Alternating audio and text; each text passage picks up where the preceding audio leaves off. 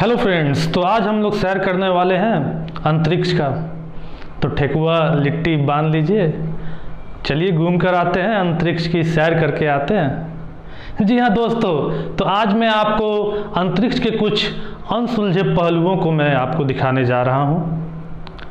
आप सोचते होंगे कि आखिर स्पेस के बारे में एक्सप्लोर करने में इतना पैसा क्यों खर्च किया जाता है, आखिर स्पेस रिसर्च को लेकर इतने ज़्यादा पैसे क्यों खर्च किए जाते हैं। तो आज मैं आपको बताने वाला हूँ वो सभी बात जिसको जानकर आप काफ़ी दंग हो जाएंगे और आप समझेंगे कि आखिर स्पेस एक्सप्लोरेशन जो है वो हमारे लिए कितना ज़्यादा महत्वपूर्ण है। तो सबसे पहले जो ये बात निकल कर आती है, ये भाई साहब से निकल कर आती है। ये भाई साहब का नाम है इलॉन मस्क। इनकी जो स्पेस की कंपनी है उसका नाम है स्पेस एक्स। इन्होंने अपनी कंपनी को चलाने के लिए अपना अंतिम घर भी 37.3 मिलियन यूएस डॉलर में बेचने का ऐलान कर दिया है।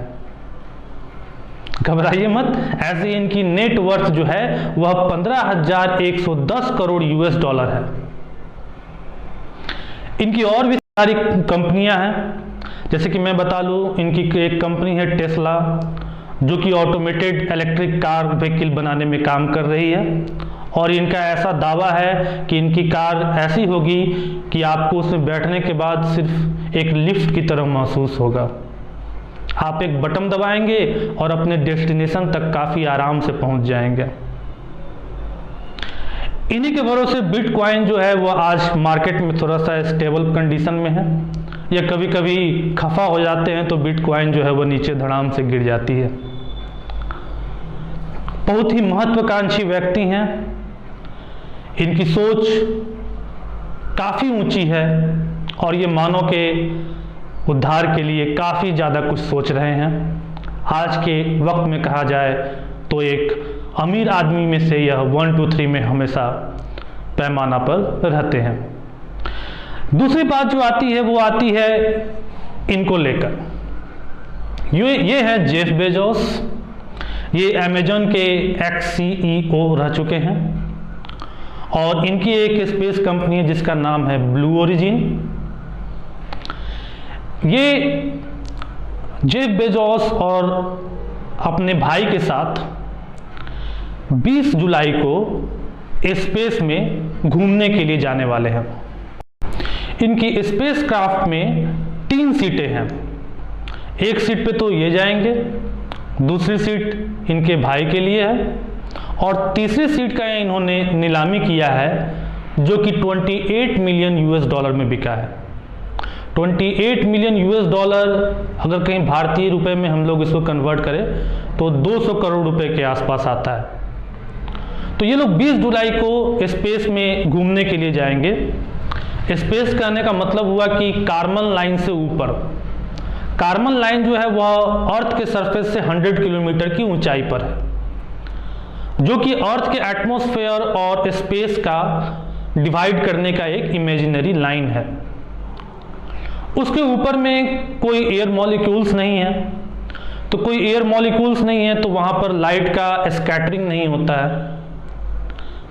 पूरी स्पेस की अगर मैं बात बोलूं तो पूरी स्पेस में एयर मॉलिक्यूल्स चूंकि नहीं है, कोई गैस पार्टिकल्स नहीं है, तो वहां पर लाइट का स्कैटरिंग नहीं होता है। तो लाइट का स्कैटरिंग नहीं होने के कारण चारों ओर जो है वह अंधेरा रहता है। सूरज तो हमेशा उगा रहता है, वहां कभी रात वाली सिचुएशन नहीं होती है। सूरज दिखाई देता है लेकिन चारों ओर जो है वह अंधेरा रहता है। जैसे कि आप मुझे अभी देख रहे हैं, तो आप मुझे तो देख ही रहे हैं एज ए ऑब्जेक्ट, लेकिन आप मेरे अगल बगल भी रोशनी देख रहे हैं। तो ऐसा क्यों हो रहा है? ऐसा इसलिए हो रहा है क्योंकि लाइट जो है वह एयर पार्टिकल से टकराकर स्कैटर कर रहा है। तो ये स्पेस में जाएंगे, सरफेस से 100 किलोमीटर के से ऊपर जाएंगे, कार्बन लाइन को यह क्रॉस करके आएंगे। घूमने के पर्पज से यह जा रहे हैं। बेसिकली यह खुद इसलिए जा रहे हैं क्योंकि यह बताना चाहते हैं दुनिया को कि अब स्पेस का टूरिज्म जो है वह बिल्कुल सेफ एंड सिक्योर है। इसलिए इन्होंने खुद अपने आप को चुना है कि लोगों का विश्वास यह जीत पाएं कि स्पेस टूरिज्म जो है वह बिल्कुल सिक्योर है। तो भाई काफ़ी ज़्यादा पैसे जो हैं यहाँ पर आपको देख रहे होंगे कि स्पेस को लेकर खर्च किए जा रहे हैं। एक और आंकड़ा के अनुसार मैं आपको दिखाता हूँ। तो देखेंगे एक और आंकड़ा है, इसमें कहा जा रहा है कि वर्ल्ड में US डॉलर 70.9 बिलियन के आसपास स्पेस एक्सप्लोरेशन पर खर्च किया जाता है। वहीं अकेले नासा की बात की जाए तो नासा जो है वह US डॉलर 23.3 बिलियन के आसपास पैसे खर्च करता है। चाइना US डॉलर 5.8 बिलियन के आसपास खर्च करता है और हमारा भारत भी कहीं पीछे नहीं है। हमारा भारत US डॉलर 2 बिलियन के आसपास स्पेस रिसर्च पर खर्च करता है। तो आप सोच सकते हैं कि ये सारे पैसे जो हैं वो बहुत ज़्यादा अमाउंट के पैसे होते हैं। इनको अगर रुपए में कन्वर्ट किया जाए तो बहुत बड़ी संख्या हो जाती है। बिना रुपए में कन्वर्ट किए हुए तो ये बिलियन में दिख रहे हैं। ओके, तो आखिर क्यों इतने पैसे जो हैं स्पेस में खर्च किए जा रहे हैं? तो चलिए मैं आपको इसका जवाब बताता हूँ। तो देखिए, बात शुरू होती है यहाँ से, कुछ इस फिगर से समझेंगे। ये बात तो अब क्लियर है कि अर्थ जो हमारा पहले था वह पूरा पानी में डूबा हुआ था। फिर धीरे धीरे अर्थ का जो सरफेस है वह पानी से निकलकर बाहर आया, तो ठोस सरफेस जो है हम लोगों को मिला, जिसको हम लोग लैंड कहते हैं। तो पहले जितने भी जीव जंतु थे वो पानी के अंदर थे। तो 400 मिलियन के आसपास कुछ जिंदगी ने यह हिम्मत दिखाया कि हम अब जमीन पर भी रहकर जीने की कोशिश करेंगे, तब जाकर हम लोग आज यहाँ के डेट में पहुंच पाए। तो अब वह टाइम आ चुका है जिस वक्त हम लोगों को अपने अर्थ से निकलकर एक नई दुनिया की खोज शुरू कर देनी चाहिए। अब यह बात कहां से उठती है? तो यह बात जो उठी वह साइंटिस्ट स्टीफन हॉकिंस के बातों से उठी। साइंटिस्ट स्टीफन हॉकिंस का क्या कहना था? इन्होंने कहा कि ग्लोबल वार्मिंग के कारण हमारे अर्थ का कंडीशन जो है वह एक दिन वेनस की तरह हो जाएगा, काफ़ी ज़्यादा गर्म हो जाएगा यहाँ का इन्वायरमेंट।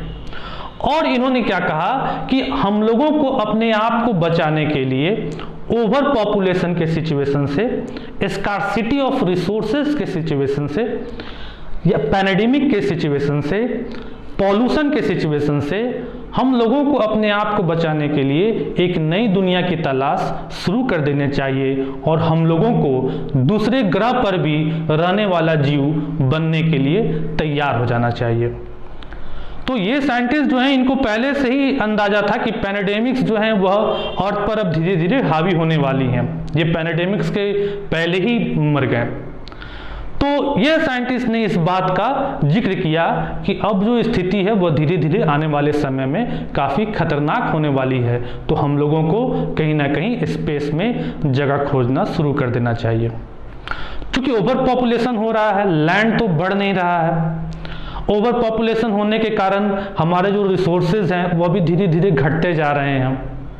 तो हम लोगों को रिसोर्सेज की खोज के लिए भी स्पेस में जगह कहीं ना कहीं खोज शुरू कर देना चाहिए।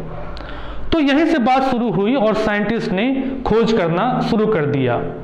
तो जो खोज निकल कर आया वह खोज कुछ इस प्रकार से देखने के लिए मिला।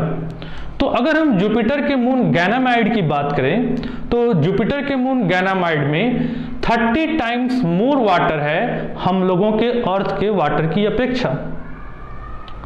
अब आपको लगता होगा कि अर्थ पर भी तो सफिशिएंट ऑफ वाटर है, सी में वाटर है, तो वह सफिशिएंट वाटर आपको देखने में लग रहा है, लेकिन आने वाले समय में इस वाटर का जरूरत जो है वह और ज़्यादा बढ़ते जाएगा। क्योंकि जैसे ही हम रॉकेट प्रोपल्सन सिस्टम की बात कर रहे हैं तो रॉकेट प्रोपल्सन सिस्टम में हाइड्रोजन और ऑक्सीजन की काफ़ी ज़्यादा अमाउंट लगती है, क्योंकि हाइड्रोजन और ऑक्सीजन ही जो है वह मेन फ्यूल है रॉकेट प्रोपल्सन सिस्टम का। तो एक तो पीने के लिए हम लोग हैबिटेंट तो डिपेंडेंट है ही पानी पे, अब एनर्जी भी पानी से निकलने लगेगा, तो कहीं ना कहीं वाटर का स्कैर्सिटी जो है वो आने वाले समय में पृथ्वी पर काफ़ी ज़्यादा अमाउंट में देखा जा पाएगा। तो अगर हम लोग जुपिटर के इस गैनामाइड तक पहुंच जाएं तो यहाँ से हम लोगों को काफ़ी अमाउंट में वाटर जो है वह मिल सकता है। नेक्स्ट आगे देखते हैं, सैटर्न का मून है टाइटन, जो कि 300 टाइम्स मोर लिक्विड फ्यूल रखता है, जो कि हम लोगों के अर्थ के वाइल्ड रिजर्व के अपेक्षा। कहने का मतलब हुआ पेट्रोल, डीजल, केरोसिन, ये जो हम लोग लिक्विड फ्यूल्स की बात कर रहे हैं, वह लिक्विड फ्यूल्स सैटर्न पर जो है, सैटर्न के टाइटन मून पर काफ़ी ज़्यादा अमाउंट में अवेलेबल है। तो अगर वहाँ तक हम लोग पहुँच जाएं और वहाँ से अगर ढुलाई करने का उपाय कुछ हो जाए, तो ये सारे के सारे खजाने जो हैं वो हमारे हो सकते हैं। और देखते हैं, एस्ट्रॉयड 433 यूरोस नाम का एक एस्ट्रॉयड है, जिसके पास 10,000 से लेकर 1 lakh times more gold and platinum है, जो कि हम लोगों के अर्थ की अपेक्षा। तो आप सोचेंगे भाई इतना गोल्ड और प्लेटिनम लेकर हम करेंगे क्या? तो आपको यह बात जानना चाहिए कि गोल्ड जो है वह एक सुपर कंडक्टर है। आने वाले समय में इलेक्ट्रिसिटी का बहुत ज़्यादा बोझ जो है वह पड़ने वाला है, क्योंकि अभी मैंने आपको बताया व्हीकल्स भी इलेक्ट्रिक व्हीकल्स होने जा रही हैं, ऑटोमेटेड व्हीकल्स होने जा रही हैं। तो हम लोग जो वायर पर करंट का फ्लो कराते हैं उसका रेसिस्टेंस थोड़ा हाई होता है, तो करंट जो है वह चलते चलते आते आते कुछ रास्ते में ही खो जाता है। तो अगर सुपर कंडक्टर हो तो हम लोगों का करंट का लॉस जो है वह कम होगा, और भी चीज़ें जो हैं हम लोग काफ़ी अच्छे बेहतर तरीके से कर पाएंगे। और देखते हैं, और भी हम लोग एक्सप्लोर करते हैं कि और क्या क्या चीज़ें हैं। तो नेक्स्ट अब हम लोग चलते हैं मार्स ग्रह पर। मार्स ग्रह जैसा कि आपने सुना ही होगा, तो मार्स ग्रह पर वाटर लिक्विड के फॉर्म में काफ़ी ज़्यादा अमाउंट में अवेलेबल है, न्यूट्रिएंट्स भी काफ़ी ज़्यादा अमाउंट में अवेलेबल है, और पास्ट के डिस्कवरी के अनुसार यह पता चला है कि वहाँ पर मैग्नेटिक फील्ड भी मौजूद था, जिसके कारण प्लैनेट जो है वो कॉस्मिक और सोलर रेडिएशन से बचा रहा। तो इन सभी चीज़ों को अगर देखा जाए तो मार्स जो है हमारा नेक्स्ट होम हो सकता है ना? इंटरेस्टिंग। चलिए और भी हम लोग इसमें खोज करते हैं, और नेक्स्ट हमारे और क्या क्या है। नेक्स्ट देखते हैं मून के बारे में। आपने तो सुना ही होगा हनीमून, है ना? तो ये हनीमून जो है यह भी एक कहीं ना कहीं रियल में होने वाला है, क्योंकि मून जो है वह हम लोगों के अर्थ से सबसे नज़दीक है, और यहाँ से आना और जाना एक सप्ताह में हम लोग काफ़ी आसान तरीके से कर सकते हैं। और यह स्पेसशिप के लिए एक आउट स्टेशन की तरह भी काम कर सकता है। यहाँ मून पर एक विंड भी फ्लो होता है, जिस विंड को हम लोग लूनर डस्ट कहते हैं, लूनर विंड के नाम से जानते हैं। यह लूनर विंड जो है वह काफ़ी ज़्यादा अमाउंट में हाइड्रोजन, ऑक्सीजन, आयरन और अदर मेटल रखते हैं। तो मून के पास भी काफ़ी ज़्यादा अमाउंट में रिसोर्सेज अवेलेबल हैं, जिसका अगर माइनिंग किया जाए और माइनिंग करके अगर उसका इस्तेमाल किया जाए तो हम लोगों के लिए काफ़ी ज़्यादा काम लायक हो सकता है। तो और आगे देखते हैं और क्या क्या है। तो नेक्स्ट जो बात आती है वह लार्जेस्ट ऑब्जेक्ट एस्ट्रॉयड बेल्ट का, जो एस्ट्रॉयड बेल्ट जुपिटर और सैटर्न के बीच में है। सैटर्न और जुपिटर के बीच में क्या है कि काफ़ी सारे पत्थर के जो टुकड़े हैं वह घूम रहे हैं, वह भी सूरज का चक्कर लगा रहे हैं। तो उन पत्थर के टुकड़ों में एक सबसे बड़ा पत्थर का टुकड़ा है जिसका नाम है सेरस। उस सेरस के बारे में हम लोग यहाँ पर बात कर रहे हैं। यह सेरस जो है यह काफ़ी ज़्यादा पानी जो है वह आइस के फॉर्म में इसके धरातल के नीचे में छुपा हुआ है, और इसके पास ग्रेविटी भी जो है वह भी काफ़ी हाई है अदर बेल्ट ऑब्जेक्ट की अपेक्षा, जिसके कारण यह जगह जो है वह मोस्ट सुटेबल लोकेशन पाया गया है एक परमानेंट बेस बनाने के लिए हम लोगों के एयरक्राफ्ट सिस्टम के लिए। क्योंकि मान लीजिए कि अब एयरक्राफ्ट सिस्टम काफ़ी दूर दूर जाएगा तो वह हमेशा बार बार पृथ्वी पर ही तो फ्यूल लेने के लिए नहीं आएगा, बीच में कहीं और जगह भी हम लोगों को एक दो जंक्शन बनाने पड़ेंगे, स्टेशन बनाने पड़ेंगे। तो उसके हिसाब से यह सेरस नाम का जो एस्ट्रॉयड पाया गया है इसको काफ़ी ज़्यादा सूटेबल पाया गया, क्योंकि यहाँ पर काफ़ी ज़्यादा अमाउंट में वाटर भी अवेलेबल है। तो मैंने आपको बताया कि वाटर से ही क्या है हम लोगों को रॉकेट प्रोपल्सन के लिए फ्यूल निकालना है, हाइड्रोजन निकालना है। तो उसके हिसाब से यह सेरस भी जो है वह काफ़ी ज़्यादा इम्पोर्टेंस बन जाता है, काफ़ी ज़्यादा इम्पोर्टेंट बन जाता है इस खोज में। नेक्स्ट फिर हम लोग आते हैं सैटर्न के टाइटन मून के बारे में बात करते हैं। ये देख लीजिए कुछ इस प्रकार से दिखता है। यह सैटर्न का टाइटन मून जो है यह कोलोनाइजेशन के लिए, मतलब हम लोगों के लिए, हम लोगों के रहने के लिए एक बहुत ही अच्छा दावेदारी पेश कर रहा है, क्योंकि इसके पास एबंडेंस अमाउंट में, बहुत ज़्यादा अमाउंट में एलिमेंट्स अवेलेबल हैं जो कि हमारे लाइफ को सपोर्ट कर सकते हैं। ऐसा एविडेंस पाया गया है कि वाटर, अमोनिया, नाइट्रोजन, मीथेन, ये सभी चीज टाइटन के सतह पर मौजूद हैं, जिसका इस्तेमाल हम लोग फर्टिलाइजेशन के तौर पर, अपने पेड़ पौधे उगाने के तौर पर इस्तेमाल कर सकते हैं। और मैं आपको बता दूं कि अगर एक बार पेड़ पौधा अगर किसी ग्रह पर लग गया तो वहां पर ऑक्सीजन जो है वो लिबरेट करना शुरू हो जाएगा, और जैसे जैसे ऑक्सीजन जो है वो निकलना शुरू हो जाएगा, वहां का एटमॉस्फेयर में ऑक्सीजन स्टोर होना शुरू हो जाएगा, और फिर होते होते वहां धीरे धीरे जो है माहौल हम इंसानों के रहने के लिए बनने लगेगा। तो इसके हिसाब से टाइटन पर भी जो खोज किया गया वह भी काफी ज्यादा इंपॉर्टेंट हो जाता है। नेक्स्ट और अब हम लोग देखते हैं, ये एक केपलर 452b नाम का एक ग्रह है। ये देखेंगे, ये तो हमारा अर्थ है, और ये देखिए अर्थ की तरह यह दिखने वाला एक ग्रह है जिसका नाम है केपलर 452b। इसको अर्थ 2.0 भी हम लोग कहते हैं।